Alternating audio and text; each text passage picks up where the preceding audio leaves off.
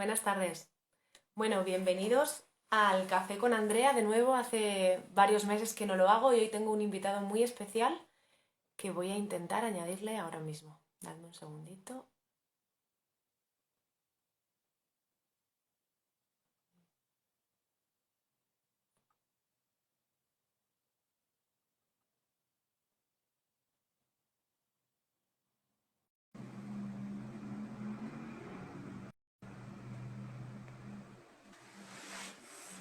Buenas tardes. Vamos a ver si se conecta el doctor Ítalo Gabriele, que es mi invitado de este café. Café tardío, pero bueno, ya es primavera, se hace de noche más tarde, así que no hay problema.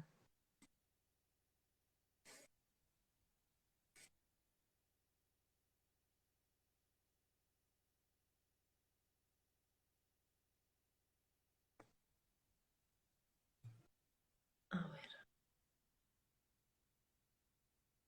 vamos a ver si se consigue conectar. El doctor Ítalo Gabriele desde Miami, que allí son las 2:30 de la tarde aproximadamente.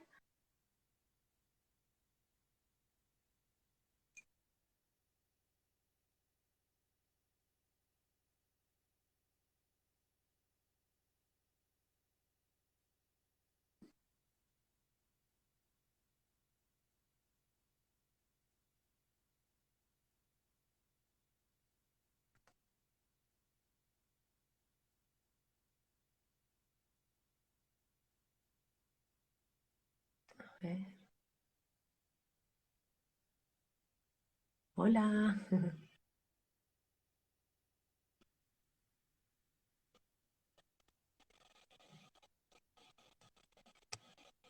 Vamos a ver.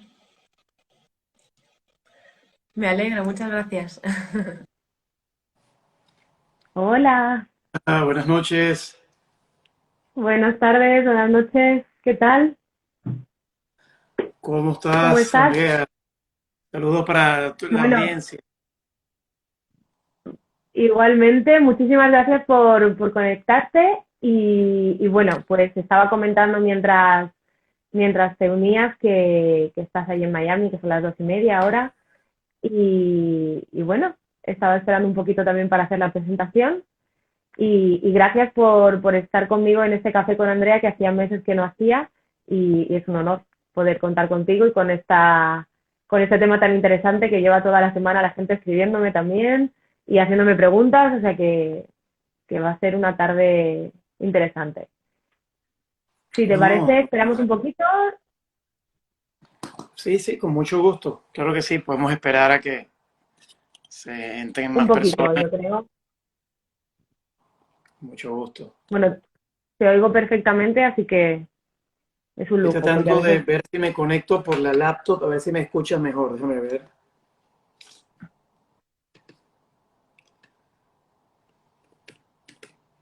A ver si puedo conectarme por el laptop para ver si se escucha mejor.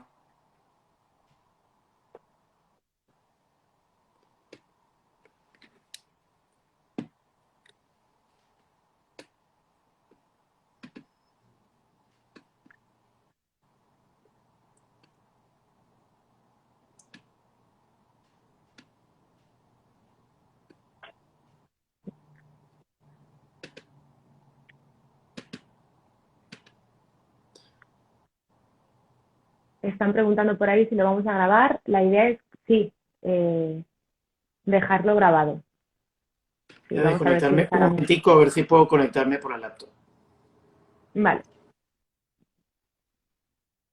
La idea es no, si no he hecho muchos cambios en Instagram, que no me he dado cuenta estos meses, pues dejarlo grabado como las otras veces. Así que sí, que lo podréis escuchar con calma otro día.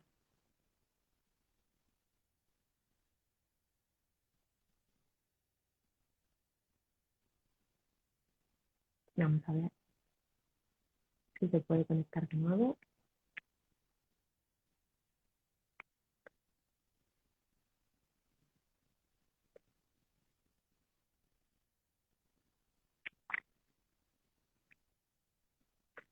Nada, gracias a vosotros. Y gracias por decirnos que el audio se escucha bien. Vamos a ver ahora de la nueva forma que se conecte el doctor Ítalo, a ver si se oye también.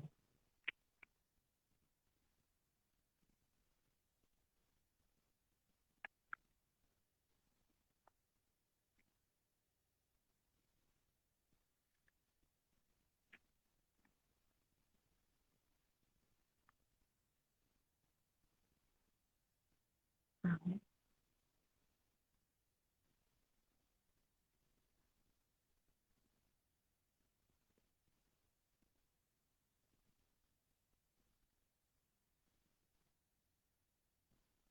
Bueno, perdonad este ratito de, como siempre, problemillas técnicos, pero bueno, es normal.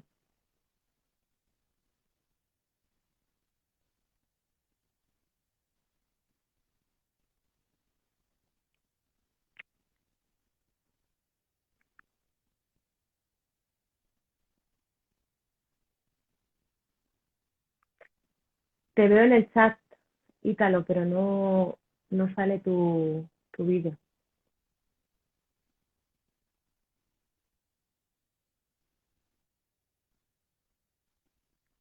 Sí, sí, Jenny, eso es.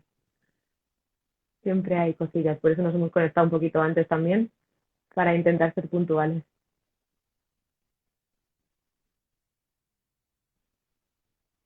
Vale, aquí.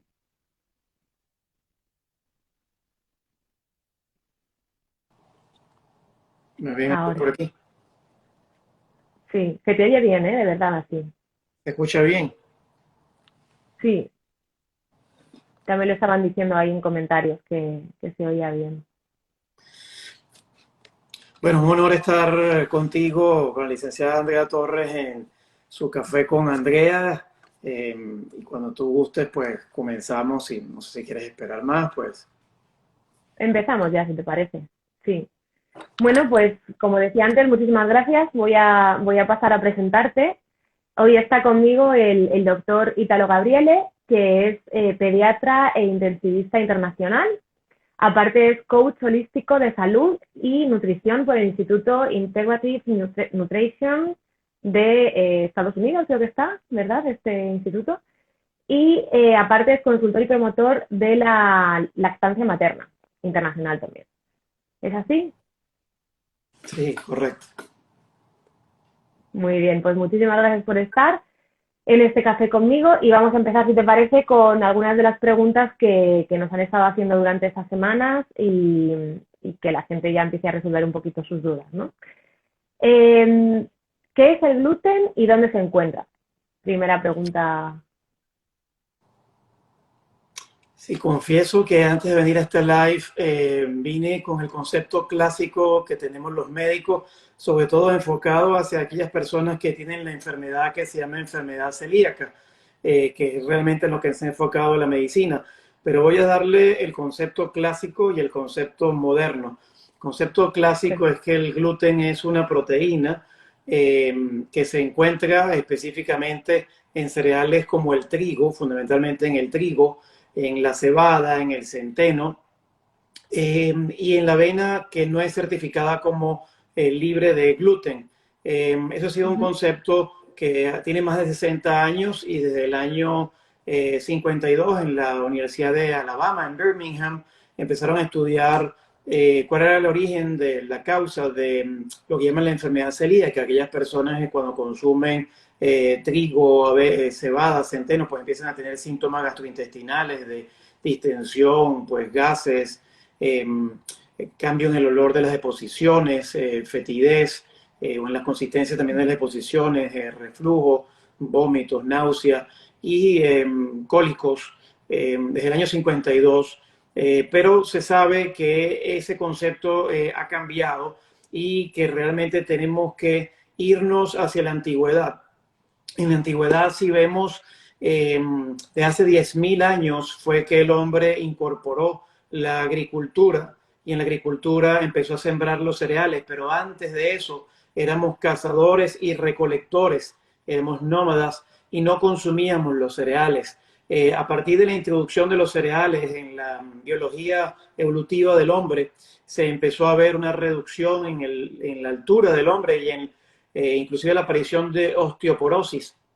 Y es que ahora el concepto moderno de gluten es que no es solamente una parte del trigo, del centeno, la cebada y algunos tipos de avena, sino se conoce como gluten a toda la familia de proteínas de almacenamiento que se encuentran en todas esas plantas gramíneas que están en los pastizales.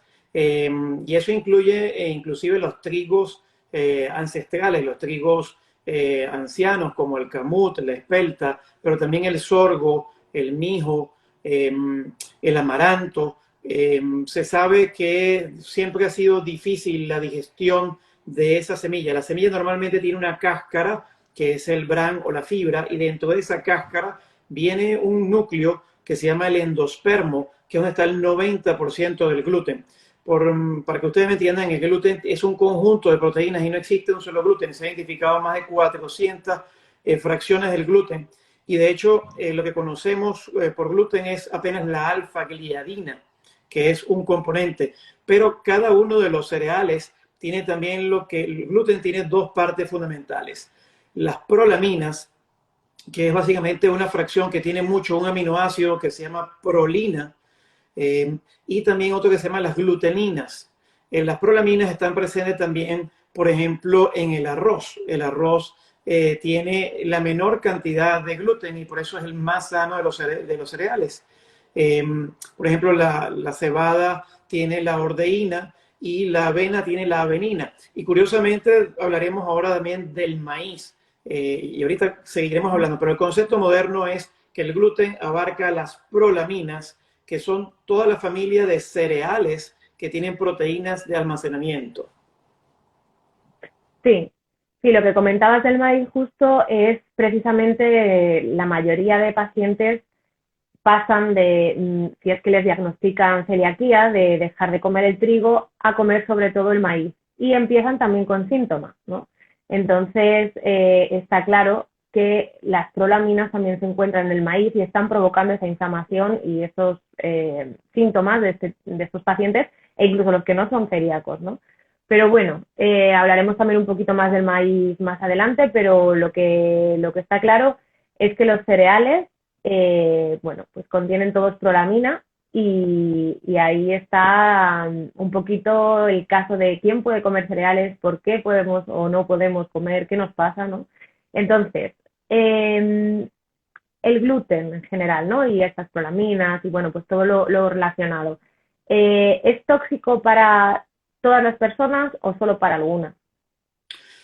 Completando un poco para poder responderte esa respuesta, para darte esa pregunta, la respuesta a esa pregunta, básicamente tenemos que ver que las prolaminas son parte de algo que llamamos lectinas. Las lectinas son todas aquellas partes de las semillas de las plantas que se nos hace difícil digerir. En la escala evolutiva humana, las plantas siempre sus semillas trataron de producir sustancias naturales para asegurar la supervivencia y que esa planta pudiera seguir germinándose. Se sabe que las lectinas, donde están las prolaminas del gluten, que son una parte del gluten, pero también algo que se llama las aglutininas, hay dos tipos de lectinas. Las lectinas no todas son malas, pero las lectinas son parte de las plantas que son difíciles de digerir. Al ser difíciles de digerir, van a hacer que entonces nuestras bacterias a nivel del intestino no puedan digerirla y entonces empiezan a crecer bacterias que no deberían crecer allí. En el intestino tenemos un balance de bacterias, una diversidad de bacterias buenas, pero cuando un grupo empieza a crecer más que el otro, como tú sabes bien, Andrea, se produce un desequilibrio que se llama entonces la disbiosis, bio de vida. Entonces, un desequilibrio y empieza a haber un sobrecrecimiento de bacterias en el intestino delgado. Sabemos que el gluten, por los trabajos del profesor Alessio Fasano, que es director del Centro de Investigación Celíaca de la Escuela de Harvard y que trabaja en el Mass General Hospital, pero que también en el año 2000, cuando estaba en Maryland, el profesor Alessio Fasano de la Universidad de Nápoles encontró una proteína que se llama la sonulina. Cuando tenemos las prolaminas que están en el gluten, no solamente el trigo, sino también, curiosamente, el maíz, que luego vamos a hablar un poco más, se produce entonces una reacción donde el cuerpo no identifica al trigo, la avena, cebada, al maíz como propio, y entonces se produce la producción de una sustancia que se llama sonulina, que es como en esas ciudades amuralladas de la Edad Media, que levanta el puente y permite la entrada, hace que esa barrera intestinal, porque la salud, desde que Hipócrates, sabemos que la salud reside en el intestino. En el intestino se encuentra más del 80-90% de nuestro sistema de defensa, nuestro sistema inmune. Si nuestro intestino cae, la salud en general va a caer. Entonces, el gluten y las prolaminas hacen que se produzca la sonulina, se abre la barrera intestinal y como en una frontera, si abrimos de un país, abrimos la frontera a las personas, pues entre a todo el mundo y no todo el mundo que entre es necesariamente bueno. Lo mismo pasa en nuestro organismo. Empieza a pasar el gluten y las prolaminas y pasa a nuestra sangre.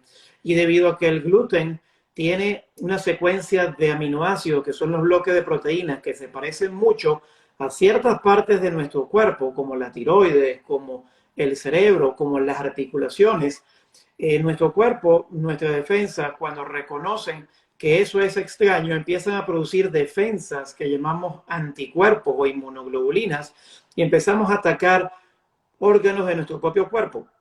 Sabemos ya que entonces que el gluten, así uno sea una persona sana, es potencialmente tóxico, de acuerdo a los trabajos de Alessio Fasano, pero también el doctor Peter Osborne de la Gluten Free Society tiene un libro que se llama No Grain, No Pain, es decir, sin cereales, sin dolor. Sabemos entonces que los cereales, aunque son muy sabrosos, unos más y otros menos, a ciertas personas le van a caer peor que a otras porque tienen una predisposición genética o porque en su familia nunca le cayeron bien esos granos de cereal, a unos más o otros menos. También he de hablar que para hacer un poco el equilibrio, dependiendo de donde uno consuma el gluten y de la manera como se siembre, con la manera como se produzca ese cereal, por ejemplo, en Estados Unidos se sabe que el gluten comercial a las personas celíacas produce de inmediato diarrea. Pero un estudio de la Universidad de Firenze, de Florencia, en Italia, demostró que cuando las personas celíacas consumían un trigo artesanal cultivado en Italia, curiosamente, esas personas no tenían síntomas celíacos. Entonces, el trigo es un cereal que ha sido modificado genéticamente. No es lo mismo el trigo moderno que ha sido hibridizado. Y tengo que hablar un poco de la historia, que a partir del año 1950, los científicos ante la hambruna en África empezaron a tratar de producir un trigo de más rápida producción para poder paliar con el hambre en África. En eso, pues el trigo moderno es más pequeño, tiene una mayor concentración de gluten y está desprovisto de los minerales de zinc, selenio, magnesio, manganeso que tenía el trigo de antes, que sabemos que en España está el trigo sarraceno o alforfón, está el farro portugués, tenemos la espelta o el einkorn en Alemania, y esos trigos son mucho más sanos que el trigo moderno, sin contar que en las harinas actuales también tenemos la presencia de componentes como el cloro y el bromo que desplazan al yodo de la tiroides y producen hipotiroidismo. Los métodos modernos también, hay también lo que llamamos los alimentos transgénicos, pero ya hablaremos de eso.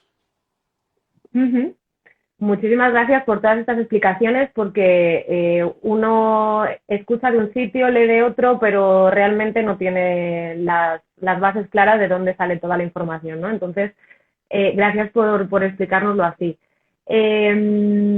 Lo que estabas comentando efectivamente depende del intestino de cada persona, de dónde se haya criado, de su familia, de su herencia. Hemos comentado alguna vez que bueno, pues que todo la microbiota intestinal se ve afectada por muchísimos factores, ¿no? No es solo la alimentación, que influye muchísimo, sino pues el ambiente, el tipo de alimentación que has llevado previamente, tu madre, etcétera, ¿no? Entonces, lo que comentabas de la disbiosis y de cómo unas personas puede afectar más estas prolaminas que a otras, también está influido por esto, por supuesto. Entonces, tenemos que tener en cuenta que que aunque es potencialmente tóxico y que todos tenemos que tener mucho cuidado con los cereales que consumimos, también hay personas que van a decir, yo esto no me lo creo porque a mí nunca me ha pasado y eso no implica que realmente no le esté afectando esta sustancia, ¿no? Y quería comentar también, según decíamos de los cultivos y de cómo ha estado modificándose el trigo y todo, bueno, ahora también nos hablarás de los transgénicos, porque está claro que en Estados Unidos hay unas regulaciones distintas aquí y eso es muy interesante también que lo comentemos.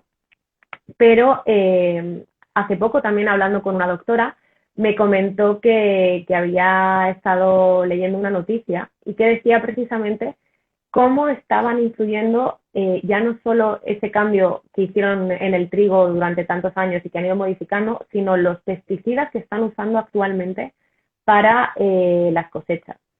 Ahí, por ahí lo podéis encontrar todos, información que indica que precisamente los pesticidas que están usando cada vez más nitrógeno, ese nitrógeno está haciendo que la parte de las prolaminas, precisamente en el trigo, se aumenten, se incrementen muchísimo más en el producto final, tanto en el trigo solo como en las harinas. Y eso está provocando que cada vez haya más gente celíaca. Entonces, bueno, pues también hay un dato sobre las cosechas que hasta los pesticidas están haciendo que todo vaya a peor, ya no solo a nivel de salud. Bueno, entonces, también, ¿cómo afecta? Lo has dejado así caer un poquito al principio y es interesante. ¿Cómo afecta el gluten a nivel cerebral? Aparte de a nivel intestinal, que ya está claro que, bueno, pues nuestro propio cuerpo lo rechaza, como comentabas, nuestro cuerpo lo reconoce como una sustancia extraña y entonces ahí aparece la zonulina y acaba abriendo la barrera que hay entre las células y claro, pues ahí ya puede entrar cualquier cosa, ¿no? Pero a nivel cerebral, ¿qué puede ocurrir con el consumo de Yo gluten? quería, antes de entrar a ese tema, lo que tú hablaste, pues el mundo de hoy no es igual al mundo de antes y la manera como se producen los alimentos hoy no es igual a la de antes. Y ya en los productos hay también, inclusive los alimentos han sido modificados genéticamente para tratar de aumentar la productividad y el rendimiento, y es lo que llaman los alimentos transgénicos. Y esos alimentos, como principalmente en los Estados Unidos, el 93% de la soya son cultivos transgénicos, pero también el maíz. El maíz ha sido parte de la alimentación esencial y fundamental desde México, Centroamérica y Suramérica y parte de Norteamérica. Ha sido un alimento esencial durante años. En Venezuela, de donde yo vengo, pues está la arepa, que es como la tortilla, el equivalente a la tortilla mexicana. Y ese es el alimento esencial en el caso de los venezolanos. Pero lamentablemente, pues la harina de maíz precocida con la que se elabora se produce en Austin, Texas, a partir de semillas transgénicas y sabemos por estudios hechos en Europa que después de 6 meses en los ratones de experimentación, esos ratones tuvieron la aparición de tumores en las glándulas mamarias, en el hígado, en el colon, en los riñones, entonces sabemos que es carcinogénico. La soya que han utilizado en Argentina, rociada con pesticidas, hay un video, un film que se presentó en la Berlinale de Berlín, de un diputado argentino, donde se vio que en los campos donde hay soya transgénica desaparecieron los animales. En ese campo, pues también los campesinos empezaron a tener leucemia, linfoma, los niños empezaron a nacer con problemas, deformidades en los miembros, problemas cardíacos, por el uso de los alimentos transgénicos, entre ellos de una sustancia que realmente es criminal porque no tiene otro nombre, que es el glifosato, y que produce también cambios inflamatorios a nivel del intestino. Tengo también que hacer la aclaratoria de ciertas definiciones. Existe lo que se llama la alergia al gluten, que es como cuando nos pica un zancudo y tenemos una reacción alérgica inmediata que ocurre apenas ingerimos el gluten a los 30 minutos hasta las 3 horas y donde producimos una reacción inmunológica donde hay la presencia de inmunoglobulina E. Podemos tener problemas respiratorios, bronquiales, cutáneos, enrojecimiento en la piel. Eso es una reacción inmediata. Pero también existe lo que se llama la intolerancia, la sensibilidad al gluten. Esa sensibilidad al gluten quiere decir personas, no está muy bien definido, pero aquellas personas que toman pan, comen pasta, comen alguna torta y no son capaces de digerirla bien. Y entonces un grado un poquito mayor es la intolerancia, donde empieza a dar molestias digestivas y entonces empieza a haber el sobrecrecimiento de esa bacteria y el cambio de lo que se llaman las bacterias intestinales, de la microbiota. Y empiezan a haber productos tóxicos que también empiezan a abrir los espacios en el intestino. Pero también tenemos una reacción tardía de sensibilidad, y cuando es extrema, que es lo que llaman la enfermedad celíaca. También puede haber una sensibilidad tardía donde los linfocitos T se activan y otra sensibilidad tardía donde se producen anticuerpos del tipo inmunoglobulina G, inmunoglobulina M, inmunoglobulina A y a veces inmunoglobulina D. Entonces, como vemos, cada quien reacciona de una manera distinta. No todos reaccionamos igual.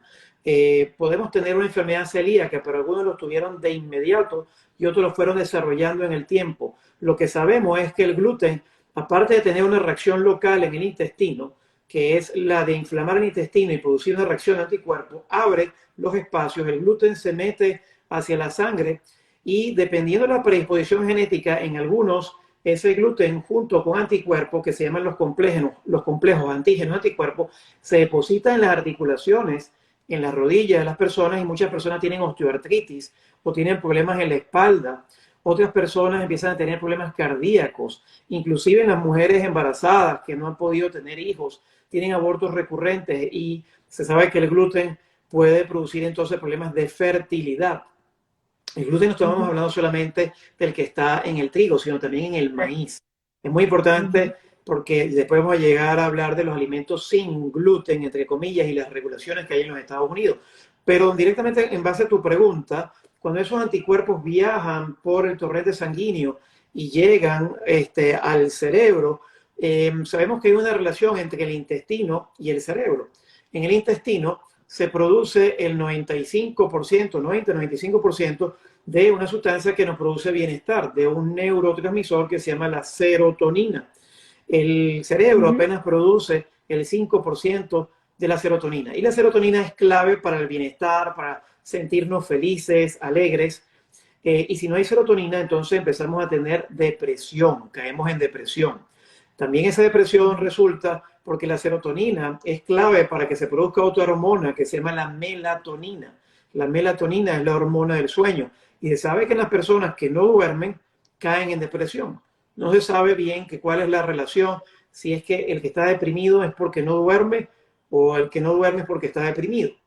Está esa doble relación, pero sí sabemos que el cerebro tiene su propio sistema nervioso y se llama el intestino se llama el segundo cerebro y el cerebro lo llamamos el segundo intestino. Dice, existe una comunicación donde inclusive se sabe que la esquizofrenia, hay un 20-30% de personas que sufren de enfermedades psiquiátricas de esquizofrenia y se debe al gluten, pero también la enfermedad bipolar, y personas también que sufren de ansiedad o insomnio.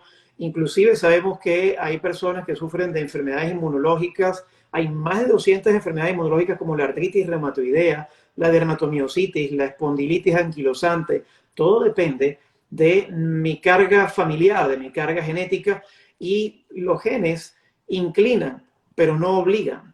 Si yo hago ejercicio, estoy inclinando la balanza a favor de apagar los genes malos y de activar los genes buenos. Pero si yo, bueno, el gluten no me cae mal, pero entonces abuso del gluten, de las pastas, de las tortas, de las pizzas, de los postres, o inclusive del maíz, de la arepa, en el caso de los venezolanos, o la tortilla, en el caso de los mexicanos, en el tiempo puedo tener problemas de enfermedades crónicas que tienen su raíz a nivel del intestino, pero que en el concepto clásico se pensaba que el gluten solamente afectaba el intestino, pero hay también enfermedades a nivel extraintestinal, porque nuestro cuerpo empieza a rechazar y empieza a agredirse a sí mismo. Inclusive la tiroiditis de Hashimoto se produce porque nuestra tiroides tiene una secuencia de aminoácidos que se parece mucho al gluten y es lo que se llama el mimetismo molecular. Entonces podemos tener inclusive hepatitis autoinmune porque nos estamos atacando nosotros mismos. Entonces los cereales en la escala evolutiva del hombre se sabe que son muy recientes y el hombre lo que hacía era comer animales grandes dependiendo de la latitud o comer entonces vegetales, frutas pero los cereales son recientes y tienen lo que se llaman lectinas, que también hay en ciertos vegetales como en el tomate, en la berenjena, que ciertas personas son más sensibles que otras. Ujú. Efectivamente, totalmente de acuerdo y otra vez gracias por toda esta información.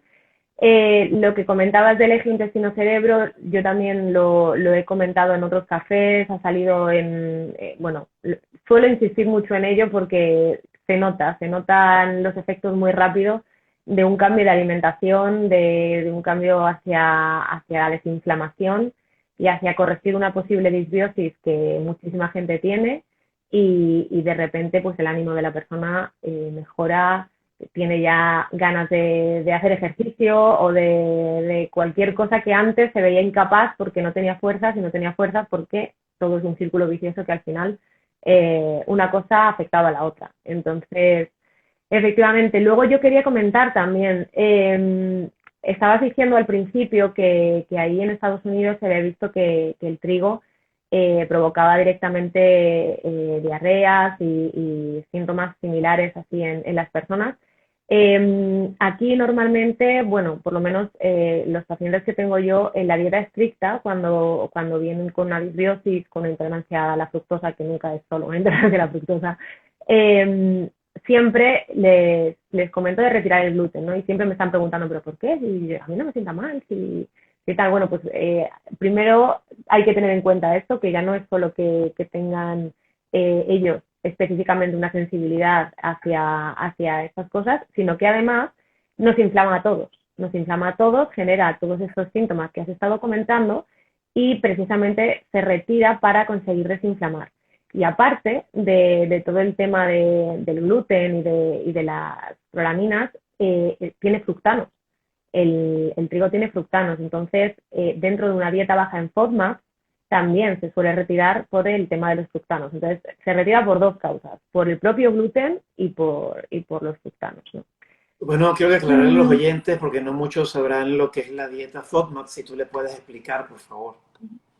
sí, es una dieta que se comenzó a realizar precisamente para el síndrome de intestino irritable o colon irritable que decimos aquí en España, y se trata de reducir pues sustancias como el trigo, la leche, vamos, la lactosa, y aparte una gran mayoría de frutas y verduras que en condiciones normales, bueno, pues son saludables, por supuesto, las frutas y las verduras siempre tiene que ser lo prioritario, pero que contienen sustancias como la fructosa, la inulina, fructoligosacáridos, etcétera, que pues provocan inflamación, provocan que ciertos cuerpos no consigan digerir esas sustancias, ¿no? Entonces, en un primer momento es una dieta inicial, pero en el caso de la intolerancia a la fructosa, aunque la dieta, vamos, aunque la lista de frutas y verduras se amplía, pues al final prácticamente es la que se tiene que llevar. Digo dentro del límite porque no se hace estricta, por supuesto, no se puede uno mantener saludable con tres verduras y tres frutas, ¿no? Pero sí sirve como para orientar. Entonces, Esa dieta, pues entiendo que también es baja en azúcares que pueden ser difíciles de digerir, azúcares, los fructoligosacáridos, azúcares eso es. polialcoholados como el xilitol, a veces también en esos alimentos de chocolate sin azúcar o chicles sin azúcar, pues se puede ver mucho la palabra OL, maltitol, isomaltitol, xilitol. A mí particularmente el xilitol me da gases y son azúcares de difícil digestión, ¿no? Entonces, ¿qué es lo que tú te Claro, especializas en ¿no? este tipo de dieta, de alimentación, ¿no?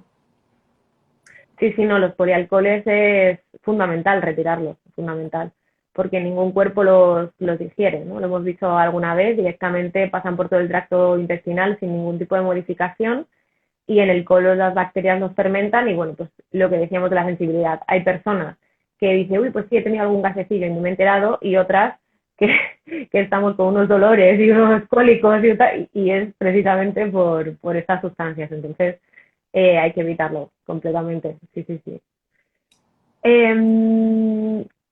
Lo que estábamos comentando también de las enfermedades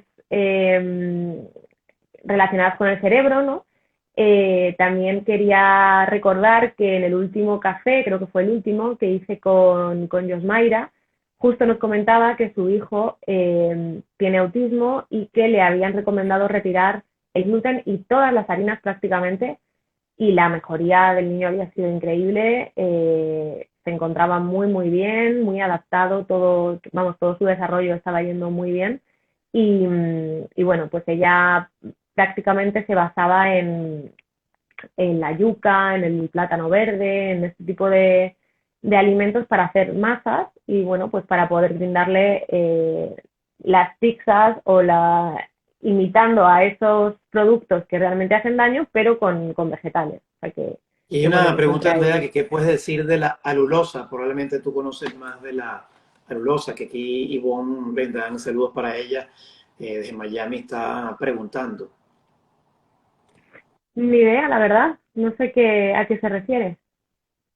Es un tipo de Alulosa. azúcar, realmente yo la conozco poco, de verdad que no, de la alulosa, pero supongo que pues todos esos azúcares son de difícil digestión cuando no son naturales, sobre todo los edulcorantes. Vemos la sucralosa y vemos que producen Mm, más alteración de las bacterias. Las bacterias en el intestino generalmente, el cuerpo fue diseñado para todo aquello que es natural. Cuando hay algo sintético como la alulosa que pregunta Ivonne, pues la bacteria del intestino dice, bueno, ¿y quién es este? ¿Tú lo conoces?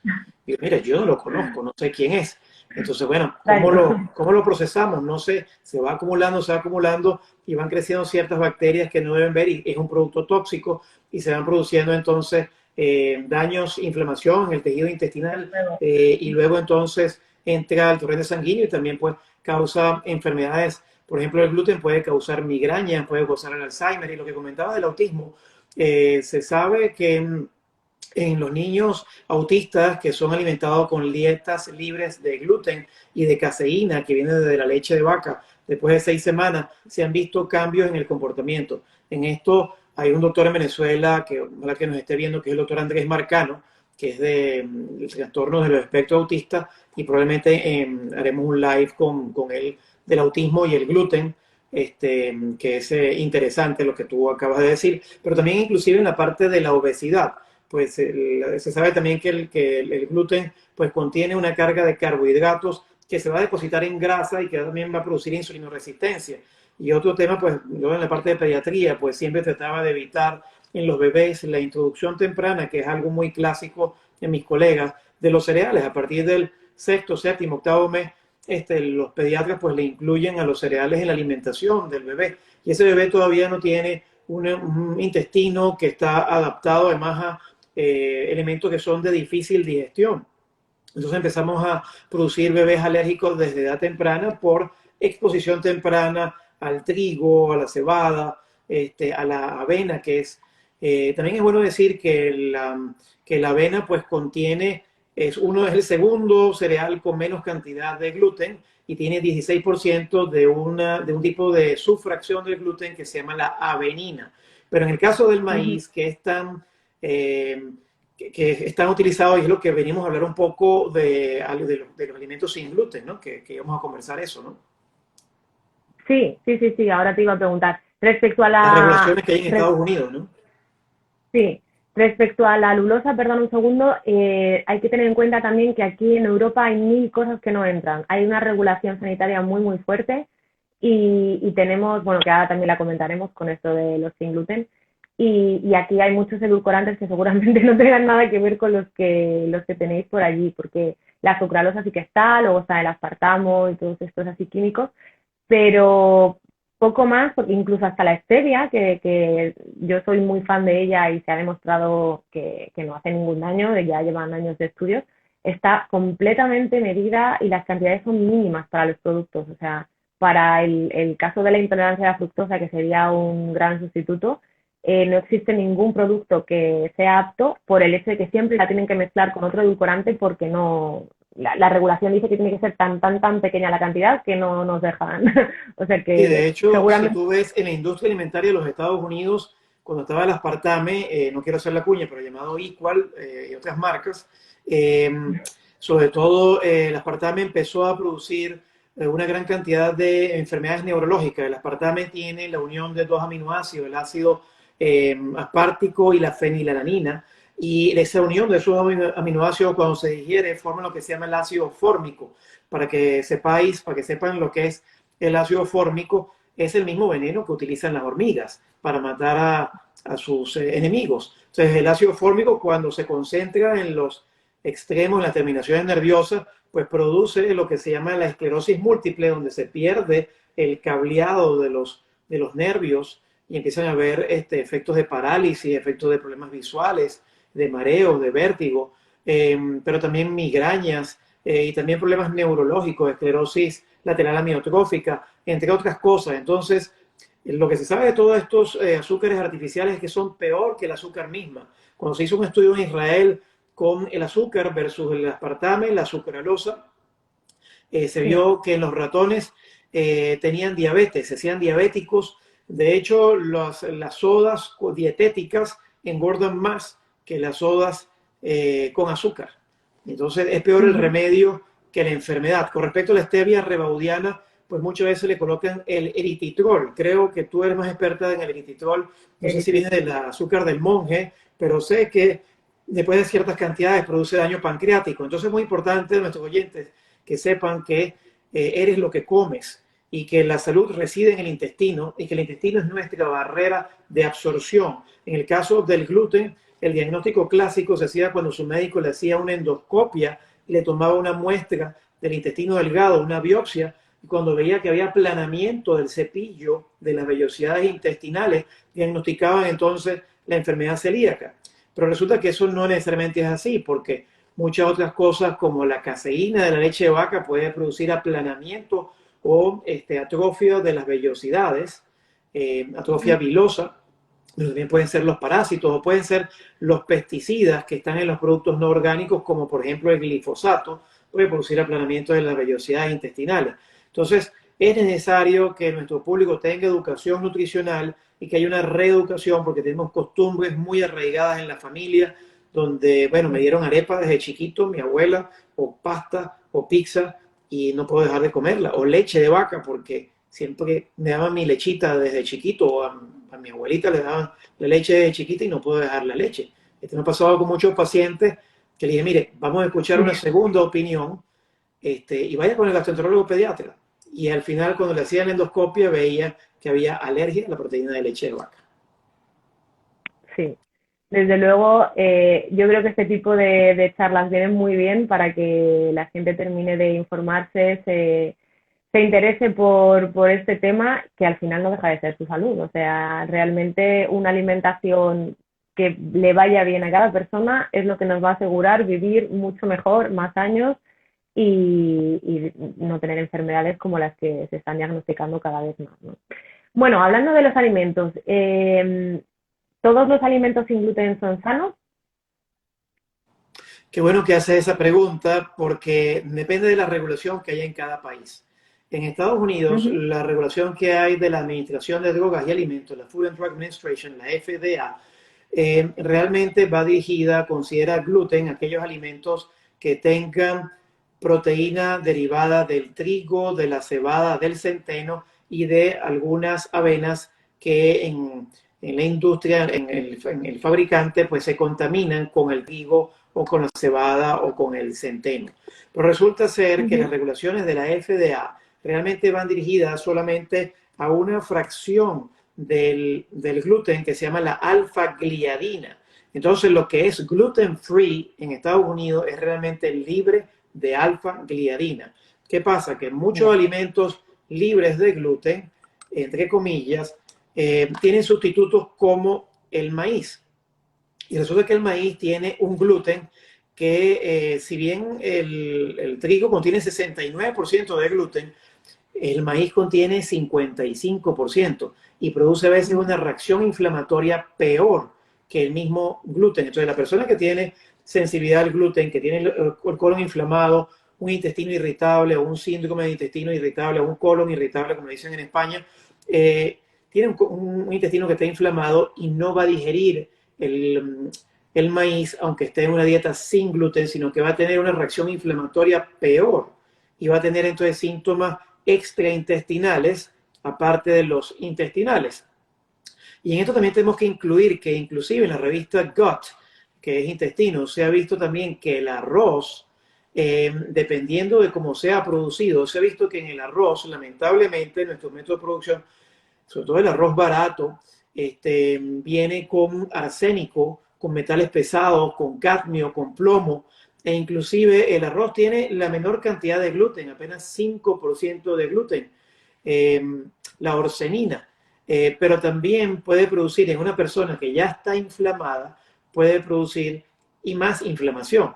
Entonces, cuando hablamos de gluten free, no solamente es el trigo, cebada y centeno, sino también incluimos al maíz, también incluimos el arroz.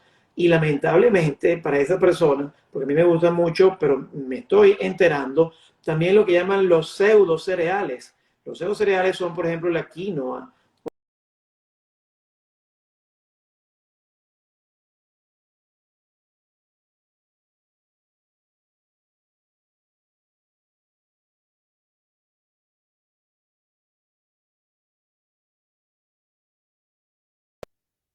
Ya que se ha parado el vídeo justo. ¿Qué le está pasando? Me decías, Andrea, perdón. Sí, que se ha parado justo el vídeo, que estabas diciendo que los cereales también, Sí, decía que también también afectan, pero decía que los pseudo cereales tienen una secuencia de aminoácidos que también se parecen a algunos cereales. Entonces, que... si una persona ya está inflamada y consume esos alimentos sanos, que son sanos probablemente para quien no tenga el intestino inflamado, para quien no tenga la predisposición genética, porque sabemos que los antiguos incas en el Perú consumían la quinoa y es un alimento muy completo que tiene 8 aminoácidos esenciales, entre ellos lisina, y le daba gran resistencia a la falta de oxígeno en las alturas.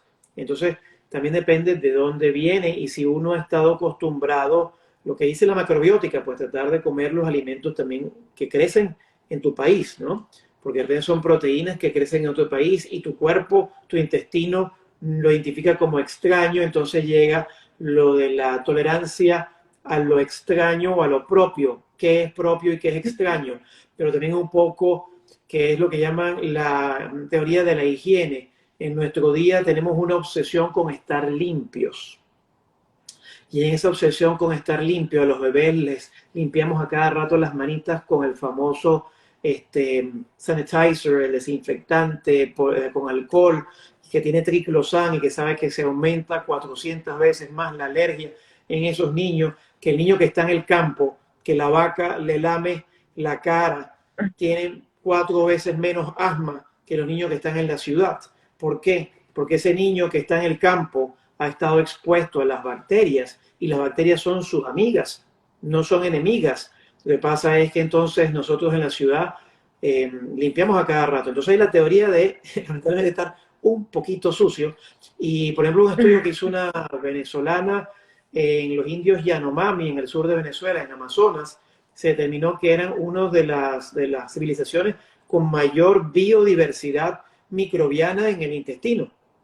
Se sabe que mientras más bacterias tengamos en nuestro intestino y haya más equilibrio, sabemos que si por ejemplo comemos mucho azúcar, entonces en nuestro intestino donde hay cándida empieza a crecer más la cándida y empezamos a ver entonces en las niñas ese flujito o en las mujeres también esos cambios o por ejemplo placas blanquecinas en la boca, la moniliasis oral. Entonces realmente la nutrición es clave en la aparición de enfermedades. El Alzheimer está también ligado con el autismo, perdón, con el gluten, y se llama la tercera, la diabetes número 3 o diabetes tipo 3.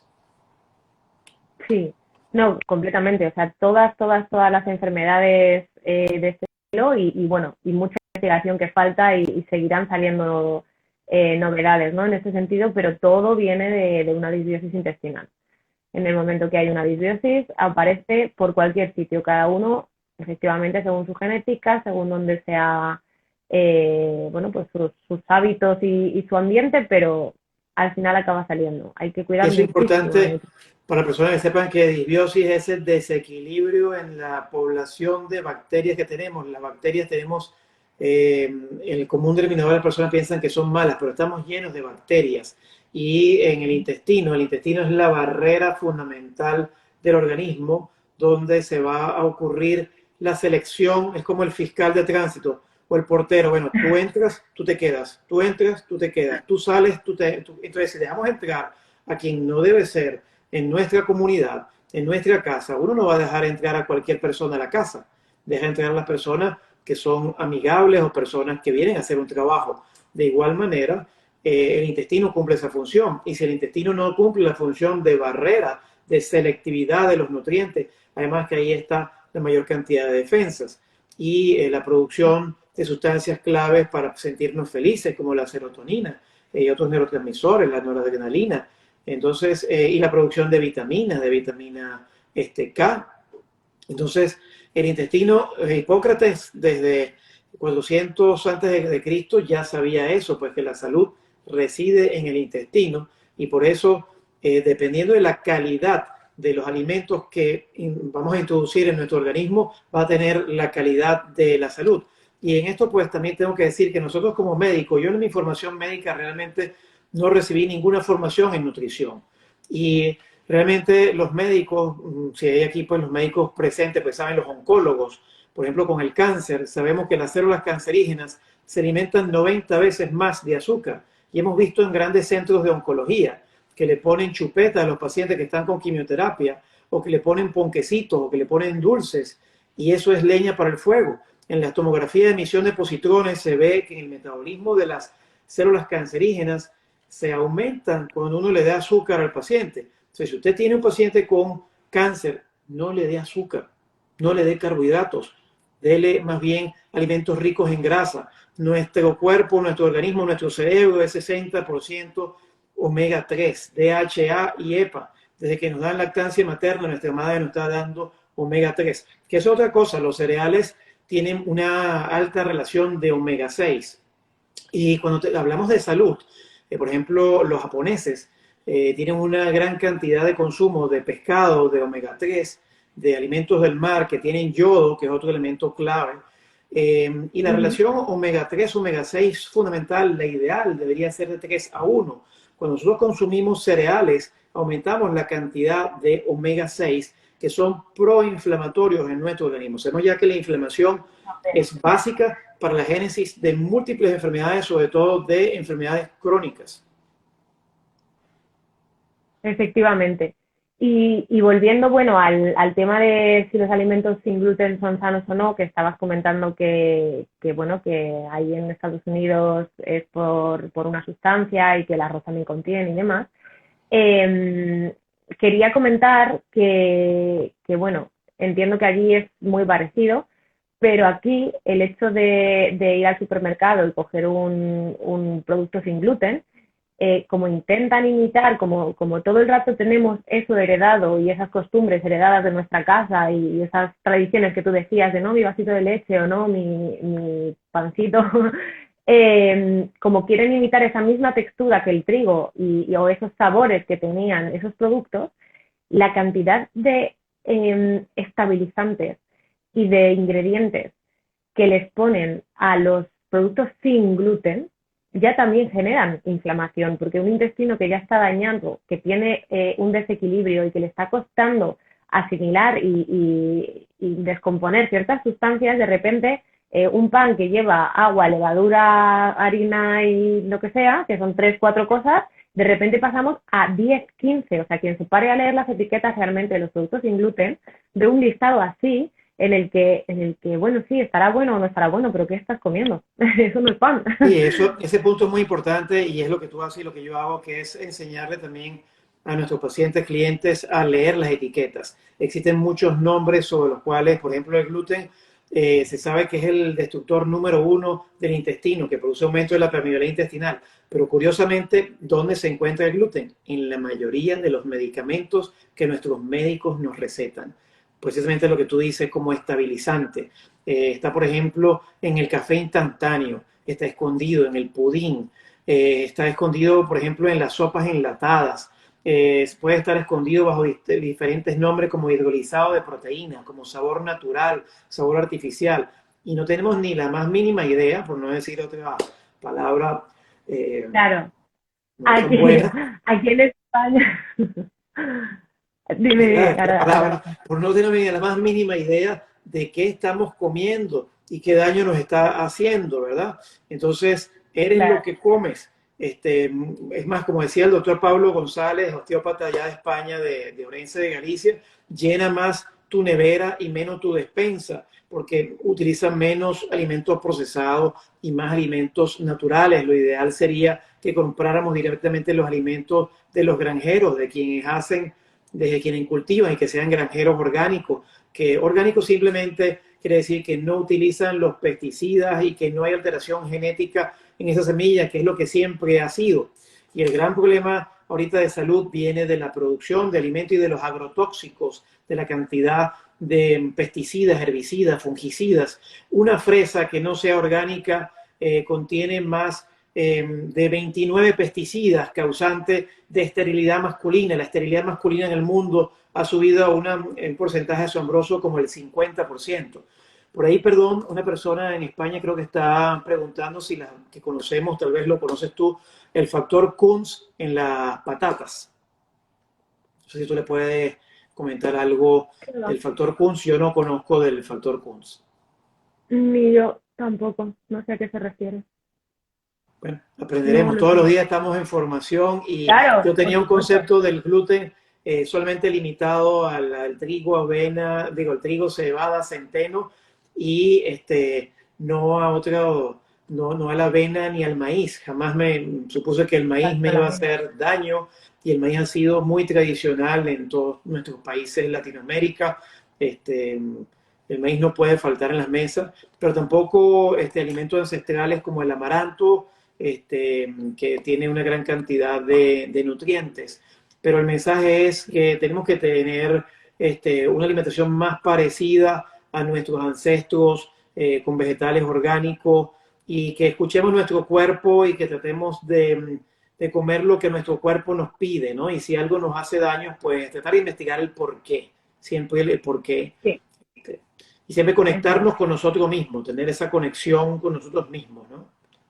Muchos de Eso nuestros es. Y médicos no conocen de nutrición y hay que formar también a nuestros médicos en nutrición porque en la carrera vemos 2 horas de vitamina y muchas de las enfermedades también dependen de la ausencia de micronutrientes. Nuestros suelos, cuando se producen en los alimentos, son suelos que están desgastados, son suelos que no tienen magnesio.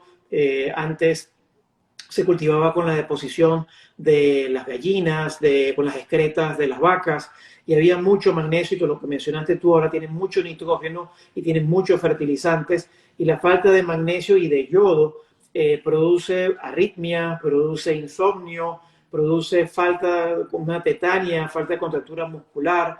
El magnesio es un mineral que es muy importante para la relajación y tiene que acompañar al calcio, porque si no va a haber un desequilibrio, osteoporosis. Entonces, los micronutrientes, la falta de yodo, también produce no solamente hipotiroidismo, sino también quistes en las glándulas mamarias, la condición fibroquística, la hiperplasia prostática. Los micronutrientes son esenciales y en el trigo que había antes había mucho más micronutrientes que en el trigo actual. Perdóname porque se me acaba de ir el audio y te estaba oyendo súper, súper bajito. ¿Hasta Perdona. dónde llegaste a escuchar? No sé si me oyes. Yo te escucho, no sé si me escuchas. A ver. ¿Escuchas bien? ¿se me escucha ahora? ¿Escuchas? Yo te escucho, Andrea, ¿me Ahora, escuchas? ahora. Sí, Ahora me escuchas. perdón. No, que se ha ¿Dónde, conectado de repente y yo. Sí, dónde bueno, escuchas? pues quería también hacer un inciso. Lo que decías de que el gluten puede estar escondido, ¿no? En los cafés solubles, etcétera. Es cierto que aquí en Europa en general, pero bueno, en España, la regulación es muy, muy estricta, como comentaba antes, en temas de sanidad. Y hay un propio reglamento, el reglamento que puede decir el número 828-2014, en el que se regula el gluten. ¿Vale? Entonces, no puede haber, en principio, si todo se cumple y si la ley se cumple, no puede haber un gluten escondido sin que se haya declarado.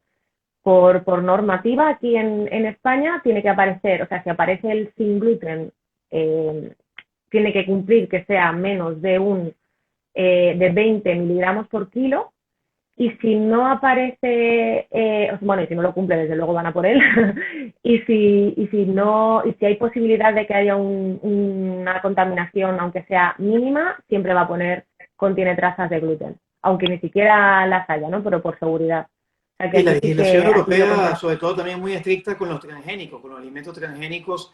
Por ejemplo, la harina de maíz precocida, la marca fundamental de nuestro país, viene producida desde Austin, Texas, antes se producía en el país, y tiene semillas que son alteradas, modificadas genéticamente, que sabemos que son potencialmente carcinogénicas y que producen inflamación y que son rociadas con el glifosato, que produce estragos a nivel intestinal.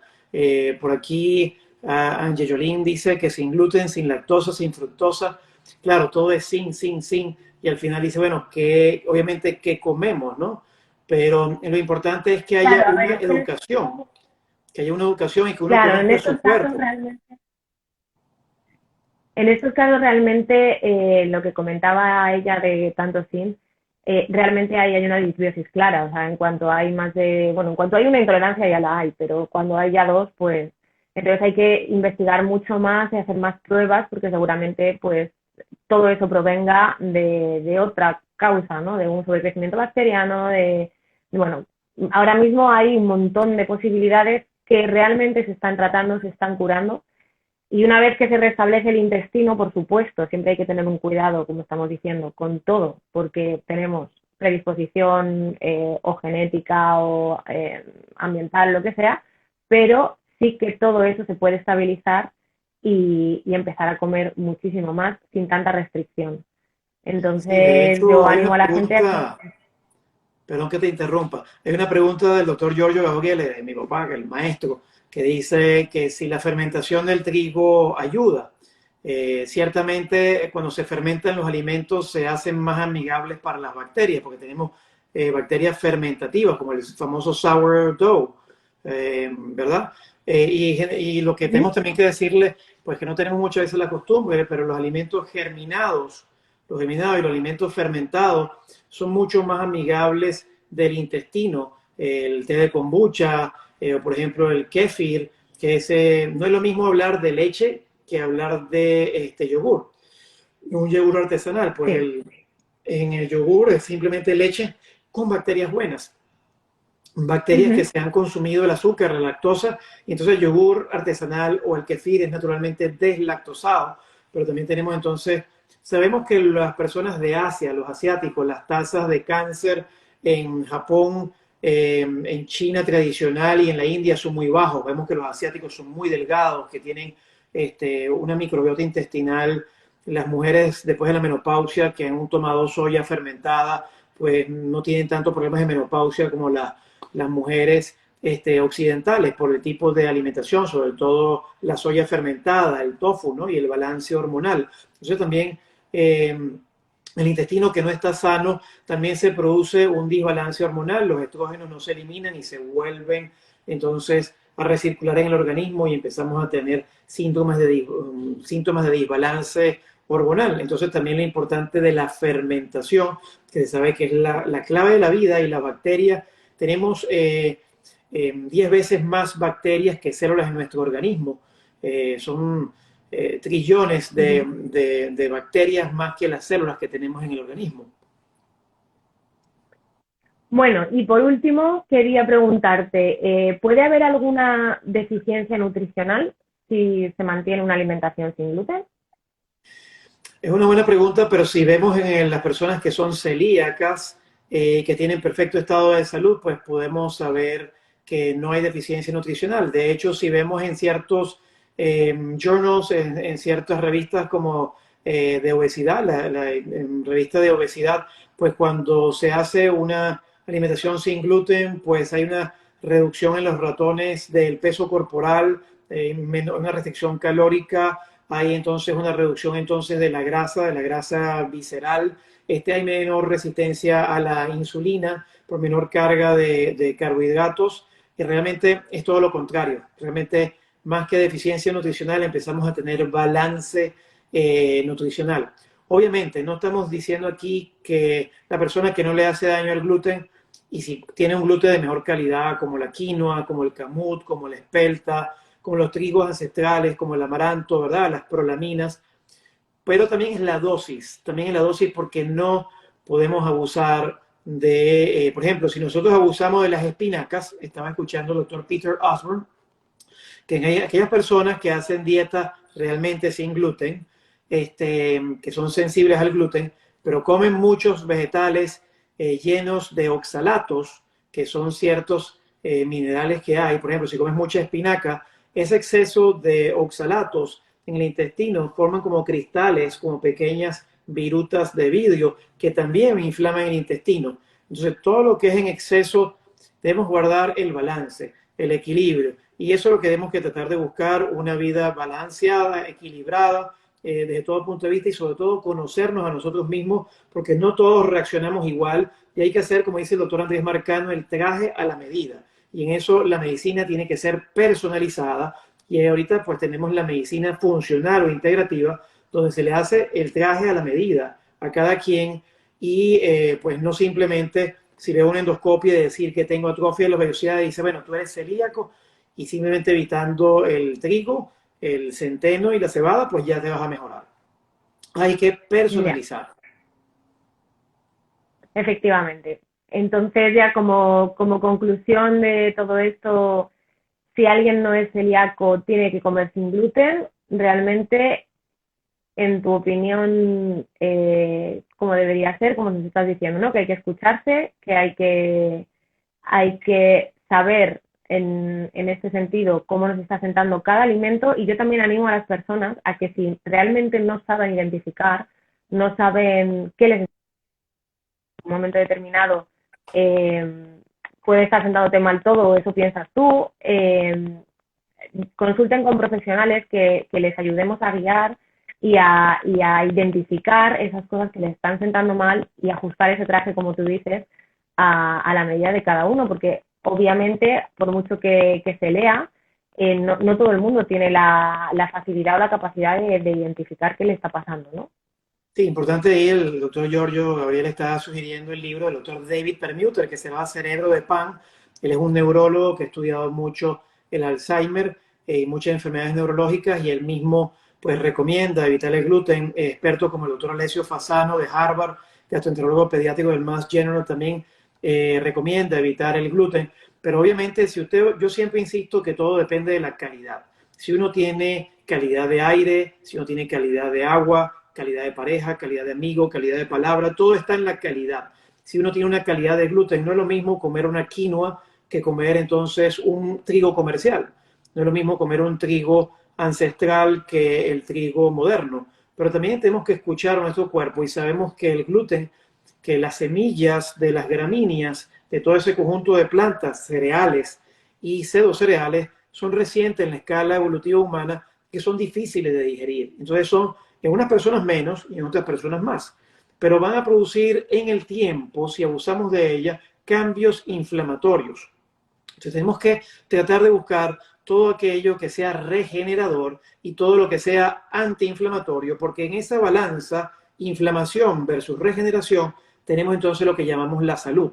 Si no nos cuidamos nosotros, ¿quién nos va a cuidar? Entonces es tener conciencia y en eso se basa nuestro método, que es en el mindfulness y en prestar atención plena a cada pequeña cosa que hacemos. Ya para culminar, eso lo decía mucho el arquitecto famoso de Estados Unidos, Buckminster Fuller, que era el principio de la letra de compensación y que lo decía Stephen Covey. Él decía, el secreto de lo grande está en lo pequeño, en esas pequeñas cosas que hacemos a diario. Cambia tus hábitos, cambia tu vida. Mejores Efectivamente. hábitos, mejores vidas.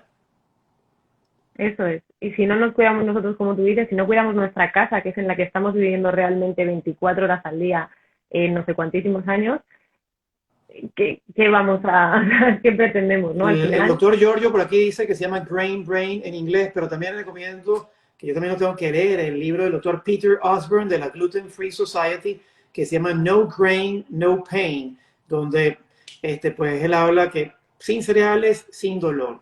Entonces, los cereales, los pediatras los incluimos desde muy chiquiticos, tenemos la tradición de comer cereales y la génesis de muchas enfermedades, incluyendo la hipertensión, problemas cardiovasculares, problemas de alergia, de intolerancia, vienen desde bebés. Entonces tenemos que tener una reeducación alimentaria. Y como dice el doctor Giorgio, eres lo que comes. Cuídate, cuídense. Efectivamente, esa es la conclusión de hoy. Entonces, el gluten es una sustancia que efectivamente provoca inflamación, provoca que la barrera del intestino la reconozca como extraña, puede llegar a, pues eso, a pasar hacia el interior del cuerpo cuando no debería, pero también depende de cómo nos siente, de la calidad del alimento que estemos tomando, espelta, el camut, otro tipo de quinoa, amaranto, otro tipo de cereales y de granos que aunque contienen gluten, si son de buena calidad y los toleramos bien, no habría problema en consumirlos. Y sobre todo, pedir ayuda si es que no saben identificar si realmente el gluten u otras sustancias les están haciendo daño y cuidarnos, que es lo más clave en todo esto, que en el intestino está realmente nuestra salud, en nuestros... Y sobre todo que si una persona tiene una enfermedad o usted tiene un familiar, no cuesta nada ver si hay mejoría quitando esos elementos proinflamatorios como los cereales, como el gluten. Obviamente que la persona está acostumbrada, son más que todo costumbres, son hábitos, pero sobre todo es importante tener la información, porque todo eso es proinflamatorio. Si una persona tiene cáncer, si una persona tiene problemas articulares, pues hay que tratar de cambiar los hábitos y tratar de investigar en uno mismo, ¿no? Tratar de mejorar y obtener información, siempre cuestionarse, formarse sus criterios y siempre formen sus propios criterios. Siempre es muy importante, no es lo mismo que uno coma un pan comercial.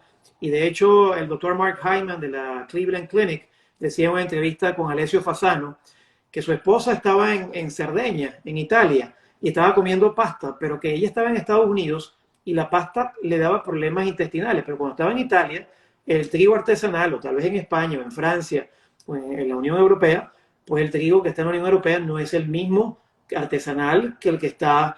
No es lo mismo que uno compre un pan de Ezequiel que tenga el trigo fermentado, germinado, o con einkorn, que es el trigo ancestral, a un plan comercial.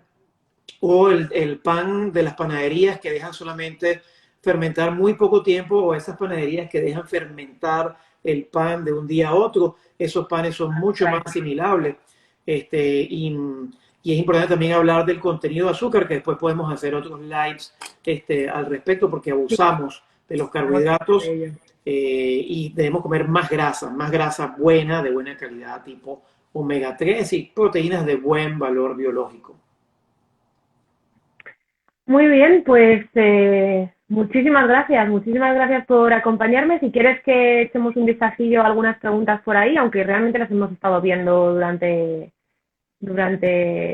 esta hora, pero... Vamos a ver qué preguntas tiene por allí la audiencia. La del factor Kuhn, la verdad que se la debo al amigo, no sé si tú se la puedes contestar, pero creo que es Angelolín, no sé si está en España, pero... Y de la lulosa la había escuchado, pero realmente no conozco que habla Ivonne. Sé que la stevia rebaudiana, pues realmente la usaban los guaraníes, y la stevia sería uno de los mejores endulzantes, aunque realmente es costumbre. El jarabe de arce, el maple syrup, es uno de los, el que viene de la corteza del árbol del Canadá.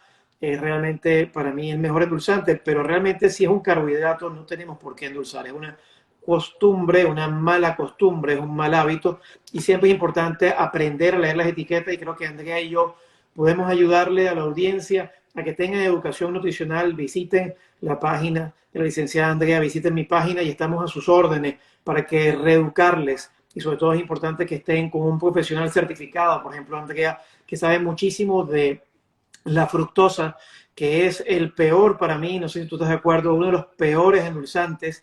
En Estados Unidos, la industria alimentaria, ha habido estragos con el jarabe de maíz alto en fructosa, que es el High Fructose Corn Syrup.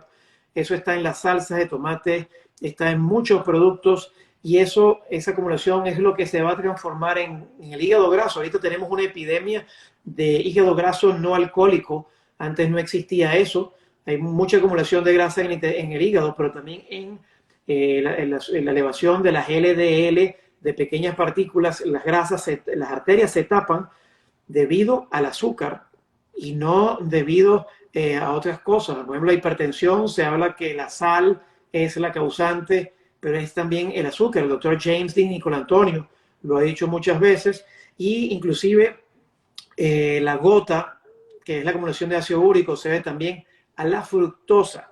Inclusive se ha visto en los ratones de experimentación que consumen fructosa, que es el azúcar de la fruta, pero aislada de las frutas, que las conexiones cerebrales, los ratones pierden la memoria y empieza a producirse diabetes cerebral con la fructosa. Pero tú también puedes decir tu experiencia con la fructosa, que tú eres especialista en la Realmente intolerancia. aquí, como hablábamos, realmente la intolerancia a la fructosa surge de una disbiosis provocada por, en general, por cualquier otra cosa. Puede ser un gluten, puede ser, bueno, mil problemas, ¿no? Pero realmente la fructosa como edulcorante no se usa mucho. O sea, no se vende ese jarabe, por ejemplo, está reguladísimo aquí. Es verdad que cada vez aparece más en productos, pero siempre en una cantidad controlada, ¿no? No se vende edulcorante. En algunos supermercados sí que se vende fructosa, pero no creo que salga mucho. O sea, es más el hecho del tipo de alimentación y de esa predisposición y del estrés.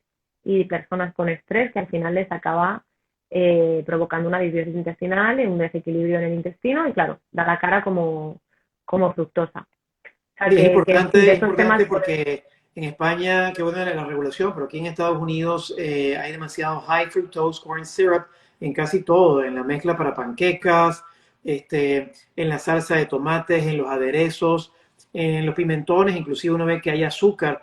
Aprendan a leer las etiquetas, aprendan a reconocer, porque ahí está la clave también en los alimentos procesados. La génesis de muchas enfermedades está, nuestros médicos trabajan sobre los efectos. Si tienes hipertensión, aquí tienes el antihipertensivo, pero muchas veces los médicos no nos preocupamos en ver dónde está la raíz, dónde está la causa de esa hipertensión. Siempre la pregunta ¿por qué? Es muy importante. ¿Por qué y para qué? ¿Y dónde? Esas preguntas clásicas son muy importantes, preguntarse el por qué. Y es importante buscar siempre la raíz de las cosas, y eso es lo que uno trata de hacer, medicina de raíz, y es lo que hace la medicina integrativa y la medicina funcional. Y en eso la clave pues está sí. en nuestro intestino, que en eso tú eres muy conocedora del microbioma, de todas Bueno, pues las bacterias buenas y sus genes, ¿no? animo a todo el mundo, desde luego, a seguir tu cuenta, porque toda esta información que nos ha dado hoy aquí, él siempre suele colgar vídeos, suele colgar posts muy interesantes, entonces os animo a todos a seguir al doctor Ítalo y seguramente tengamos más adelante algún café más o alguna charla más sobre temas tan interesantes como este. Y solo darte las gracias. Gracias desde Miami y bueno, pues gracias a todos los que os habéis conectado y encantada de nuevo de volver a estos cafés y con una compañía así, pues muchísimo mejor. No, el gusto es mío, y también para que siga a la licenciada Andrea Torres en la cuenta de Amelie-FODMAP, que la tienen allí presente. Ella les puede entonces ayudar y asesorar mucho, sobre todo en el tema intestinal, en el tema también de la intolerancia a la fructosa, porque también ha sido paciente y ha investigado mucho sobre el tema. Y bueno, estamos aquí para servirles. No sé si en estos últimos minutos Muy bien. tienen alguna pregunta de última hora. Pues vemos aquí, veo algunos pacientes. Aquí el doctor Giorgio dice que en el intestino se elaboran los neurotrópicos con los que las neuronas chatean. Aquí coloca Davinia, niño con disbiosis intestinal que le han sacado la fructosa con metano. ¿Cómo puedo, se cortó ahí, cómo puedo tratar? Supongo Sí, que fructosa. todo lo que es, si le han diagnosticado fructosa y un sobrecrecimiento bacteriano, lo que necesita es un médico que le pueda dar un buen tratamiento, desde luego. Generalmente Aparte de una alimentación. eso es por sobrecrecimiento, ¿no? Generalmente hay sobrecrecimiento bacteriano, ¿no? Y utilizan un Ujú. antibiótico para, creo que erradicar. Sí, aparte de ciertos suplementos y el ajuste alimentario, y bueno, pues ahí ya se va salvando la situación, pero hay que ponerle solución a Yo por ese. último quería decir, porque es importante reforzar el intestino con alimentos fermentados, alimentos germinados, y también hay lo que se llama la pectina cítrica, pero también los caldos de huesos para aquellas personas que han tenido y que retiren todos estos elementos, todos estos cereales, todas estas prolaminas, todas estas lectinas, los caldos de hueso que tienen colágeno, sobre todo el aminoácido glicina, van a ayudar a regenerar su intestino. Pero bueno, de esto y otras cosas hablaremos en un próximo live, donde invitaré a la licenciada Andrea. Estén muy Muchas pendientes. gracias. Le deseo un excelente sábado y muy agradecido por haberse conectado con nosotros y que haya sido de provecho y útil, pues, para que sigan a la licenciada Andrea en su cuenta y en su página web. Y a ti como Dr. Ítalo, @Dr. Ítalo. Bueno, pues muchísimas gracias y buen fin de semana. Bueno, bendiciones y saludos por allí a Ricardo Mendoza, que es nuestro mentor, tanto de Andrea como mío, excelente consultor de negocios allá en Madrid, España. Eso es. Muchas bendiciones. Aquí está. Sí. Gracias. Gracias. Hasta luego. Abrazos, besos. Bye. Un abrazo. Chao. Bendiciones.